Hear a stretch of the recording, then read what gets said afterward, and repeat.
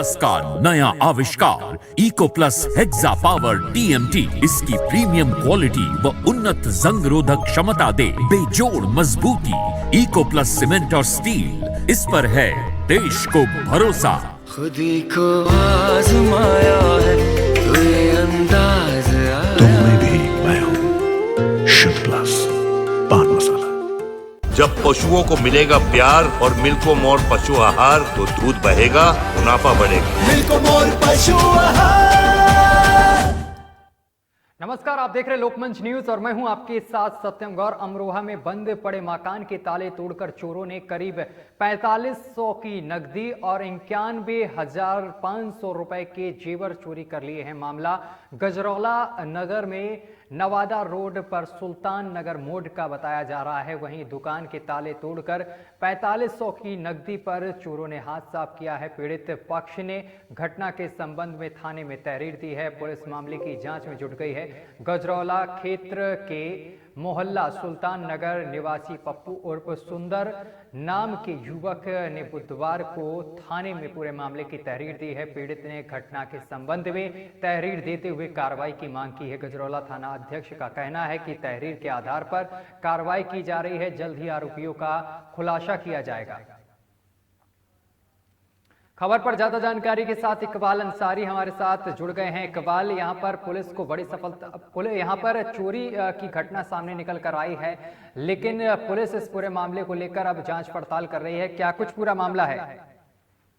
जी सत्यम जी, बताना चाहूंगा कि जनपद अमरोहा के गजरौला का ये मामला है। जनपद गजरौला में एक पप्पू उर्फ सुंदर नाम के युवक रहते हैं जो गजरौला में सुल्तान नगर में रहते हैं। वो कल महाशिवरात्रि का पर्व था, महाशिवरात्रि का मेला देखने के लिए अपने परिवार के साथ में गए हुए थे। शाम को उनको देर हो गई, जिस वजह से शाम को अपने घर पर नहीं आ पाए। तो लेकिन सुबह जब वो अपने घर पर आए तो देखा उनके घर में चोरी हो गई थी, जिसमें 91,000 के आसपास के लगभग गहने, उनके जेवरात चोरी चले गए और कुछ रुपए भी चले गए। और बराबर में दुकान थी, दुकान में से भी पैसे गए हैं। अब दिन इस तरह की चोरी घटनाएं जो बढ़ती जा रही हैं, तो लगता है कि कहीं ना कहीं पुलिस का जो है खौफ वो चोरों के ऊपर नहीं है। चोर बेखौफ घूम रहे हैं। जी इकबाल, इस पूरी खबर के बाद और ये पूरी घटना होने के बाद तहरीर तो दी गई है, लेकिन पुलिस की तरफ से क्या कार्रवाई देखने को मिली अभी तक? जी, पुलिस की तरफ से जो बात आई है सामने, जो पुलिस से बात हुई है, तो पुलिस ने कहा कि हमारे पास तहरीर आ गई है, हम इस मामले की जांच कर रहे हैं और जांच के बाद ही हम इसको देखेंगे कि क्या इसमें ये चोरी हुई है या नहीं हुई है, क्या है, और उसके बाद ही हम इसके ऊपर अगली कार्रवाई की जाएगी। चलिए इकबाल, बहुत बहुत शुक्रिया तमाम जानकारी साझा करने के लिए। तो पुलिस इस पूरे मामले को लेकर जांच पड़ताल कर रही है। जांच का विषय है क्योंकि चोरों ने यहाँ पर हाथ साफ किया है घर में और कई सारा सामान लेकर फरार हो गए हैं। जेवर के साथ नकदी लेकर चोर फरार हो गए हैं। अच्छा, ये जो चोरी हुई है इसके बारे में बताएं। सर, जब हम गए थे तो हम अपने ताला लगा के कहाँ गए थे? हम चाकी खेड़ा मंदिर गए थे। कब? कल मेले में। अच्छा। और सर, जब हमने मेला देखा, बच्चों ने मेला देखा, मेला देखने के बाद वहाँ पास में ससुराल है, रात को वहाँ रुक गए। ससुराल में रुक गए। जब हम सुबह आए 7 बजे तो हमने देखा मेन गेट का ताला टूटा हुआ है। उसके बाद हमने अंदर जाके देखा तो पीछे से दुकान का ताला भी टूटा हुआ है, उसका भी सामान गायब है। और फिर हमने बेडरूम में जाके देखा तो वहाँ के कपड़े भी गायब हैं। अच्छा, क्या क्या सामान चोरी हुआ है आपका? सामान जेवर चोरी हुआ, सोने का पेंडल है, चांदी की पजेबें हैं, मंगल वो हथफूल है, कूला है, ये 4 चीज़ें हैं। और चित्रकूट के हटवा गांव से दिल दहला देने वाली खबर सामने निकल कर आ रही है। 21 दिन पहले लापता हुई नाबालिग लड़की का शव मिला है। उसकी हत्या कर दी गई है। मंगलवार को उसका सिर कटा शव गांव के बाहर खंडरनुमा बने मकान में मिला है। घटना से गुस्साए परिजनों ने पड़ोसी गांव के एक युवक पर हत्या करने का आरोप लगाया है, जिसके बाद जमकर हंगामा भी काटा गया है। झांसी मिर्जापुर राजमार्ग पर अवरोध लगाकर जमकर यहां पर हंगामा करते हुए और नारेबाजी करते हुए युवक साफ तौर पर दिखाई दिए हैं। पुलिस अधिकारियों ने आरोपी पर कार्रवाई का भरोसा देते हुए मामला शांत करवाया है। पुलिस ने हत्या की रिपोर्ट दर्ज कर आरोपी को हिरासत में भी ले लिया है। तो आपको बताते चले कि एक नाबालिग बच्ची का सिर कटा हुआ शव एक खंडहर नुमा मकान में मिला है, जिसके बाद इलाके में हड़कंप मच गया है। पीड़ित के परिजनों ने इस पूरे मामले को लेकर पास के गांव के एक युवक पर आरोप लगाया है हत्या का।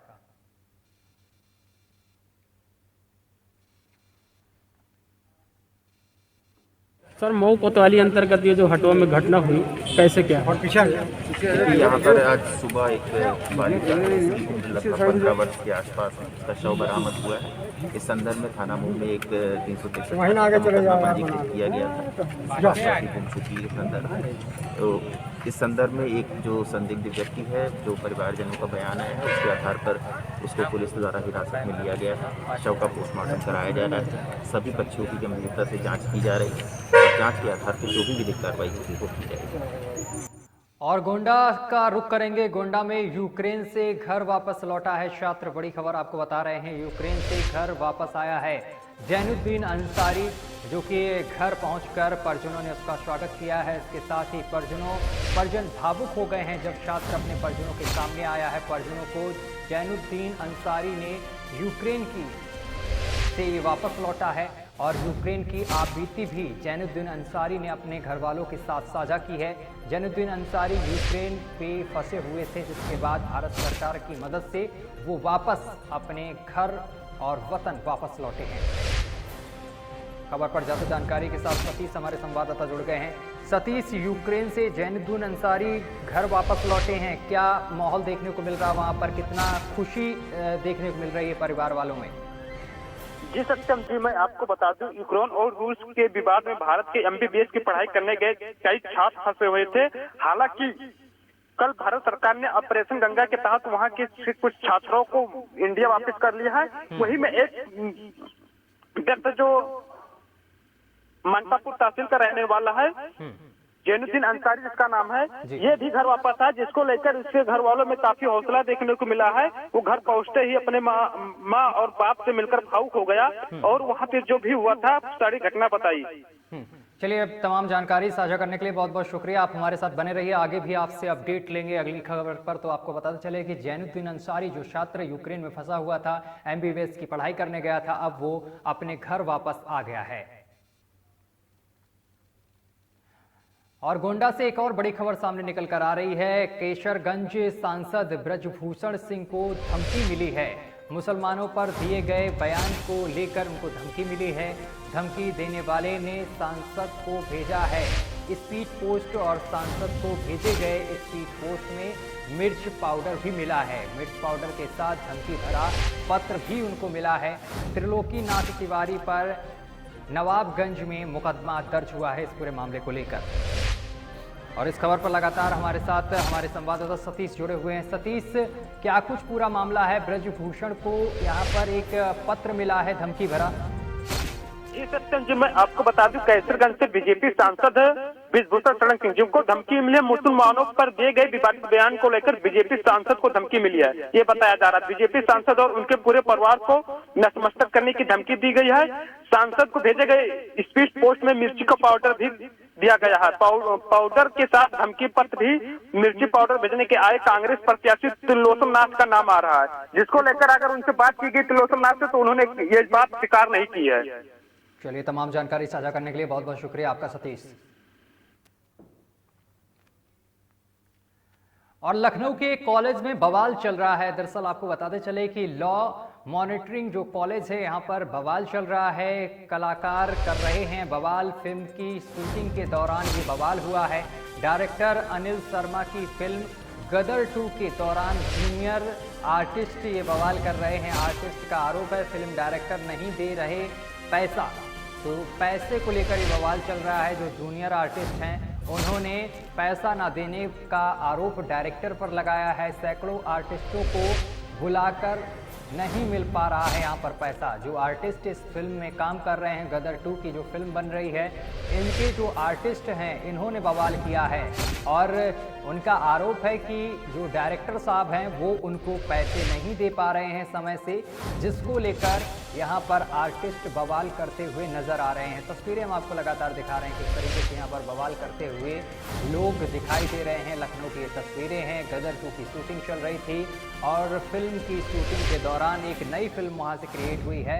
आपको बताते चले कि जो यहाँ पर आर्टिस्ट हैं वो बवाल करते हुए नजर आए हैं, नाराबाजी करते हुए नजर आए हैं। तस्वीरें हम आपको दिखा रहे हैं डायरेक्टर अनिल शर्मा की जो फिल्म है गदर 2 के दौरान जूनियर आर्टिस्ट बवाल कर रहे हैं। आर्टिस्ट का आरोप है कि फिल्म डायरेक्टर पैसे नहीं दे रहे हैं। सैकड़ों आर्टिस्ट यहाँ पर बवाल कर रहे हैं क्योंकि सैकड़ों आर्टिस्ट को अनिल शर्मा ने बुलाया लेकिन उनको पैसे नहीं दिए जा रहे हैं। इसको लेकर ये बवाल चल रहा है। गदर 2 फिल्म बन रही है और इस खबर पर ज्यादा जानकारी के साथ हमारे संवाददाता निखिल जुड़ गए हैं। निखिल, गदर 2 फिल्म बन रही है और दूसरी तरफ जो आर्टिस्ट पहुंचे हैं उनका आरोप है कि डायरेक्टर साहब पैसे नहीं दे रहे हैं, इस वजह से बवाल काटा जा रहा है। क्या कुछ पूरा मामला है? जी, आपको पूरा मामला राजधानी लखनऊ के लामाटिया स्कूल का है जहाँ पे गदर पिक्चर की शूटिंग हो रही है। उसी को लेकर वहाँ के जो आर्टिस्ट है उनको पैसा नहीं दिया गया था और कहीं ना कहीं कुछ छात्रों का भी आरोप है कि यहाँ पे शूटिंग हो रही है, उनको खेल कूद को लेकर भी कई समस्याएं हो रही थी। इसको लेकर लगातार वहाँ पे बवाल किया जा रहा था। हाल मौके पर पुलिस पहुंचकर मामला फिलहाल शांत करा दिया गया है। चलिए, तमाम जानकारी साझा करने के लिए निखिल बहुत बहुत शुक्रिया आपका। तो मामला शांत करा दिया गया है, पुलिस मौके पर पहुंची है और पुलिस ने इन आर्टिस्टों को समझाया है और समझौता हुआ है। इस दौरान ये मामला शांत हुआ है। और मिर्जापुर के मडिहान विधानसभा क्षेत्र में आयोजित जनसभा में ऊर्जा राज्य मंत्री रहे रमाशंकर सिंह पटेल के लिए वोट मांगने पहुंचे बीजेपी के राष्ट्रीय महासचिव अरुण सिंह और एसपी सिंह बघेल ने जनता को संबोधित किया है और कहा है कि अन्य दल जाति आधार पर वोट मांग रहे हैं तो बीजेपी और गठबंधन सारे जातिवाद के बैरियर को तोड़कर विकास के लिए वोट मांग रहा है। गरीब, महिला, किसान सभी योगी सरकार वाली भाजपा गठबंधन के साथ खड़े हुए हैं। बीजेपी के राष्ट्रीय महासचिव अरुण सिंह ने मिर्जापुर जिले की 5 सीटें जीतने का दावा किया है। और उधर पश्चिम बंगाल की मुख्यमंत्री ममता बनर्जी का 2 दिवसीय वाराणसी दौरा है। वो अपने 2 दिवसीय वाराणसी दौरे पर पहुंच रही हैं। शाम 6 बजे वो पहुंचेंगी और इसके साथ ही दशाश्वमेध घाट जाकर पूजा अर्चना करेंगी और गंगा आरती में भी शामिल होंगी ममता बनर्जी। 3 मार्च को एड़े गांव के लिए रवाना होंगी और यहां पर अखिलेश यादव के साथ संयुक्त जनसभा करेंगी और प्रत्याशियों के लिए वोट की अपील करेंगी। तो पश्चिम बंगाल की मुख्यमंत्री ममता बनर्जी एक बार फिर से उत्तर प्रदेश आ रही हैं और उत्तर प्रदेश के वाराणसी पहुंचेंगी। वाराणसी खासतौर से इसलिए भी जाना जाता है क्योंकि ये प्रधानमंत्री नरेंद्र मोदी का संसदीय क्षेत्र है और यहाँ पर वो पहुँच रही हैं चुनाव से पहले और यहाँ पर वो जनसभा करेंगी अखिलेश यादव के साथ और जनता को संबोधित करेंगी। और इसी के साथ बुलेटिन में अभी के लिए बस इतना ही। देश दुनिया की तमाम खबरें देखने के लिए देखते रहिए लोकमंच न्यूज।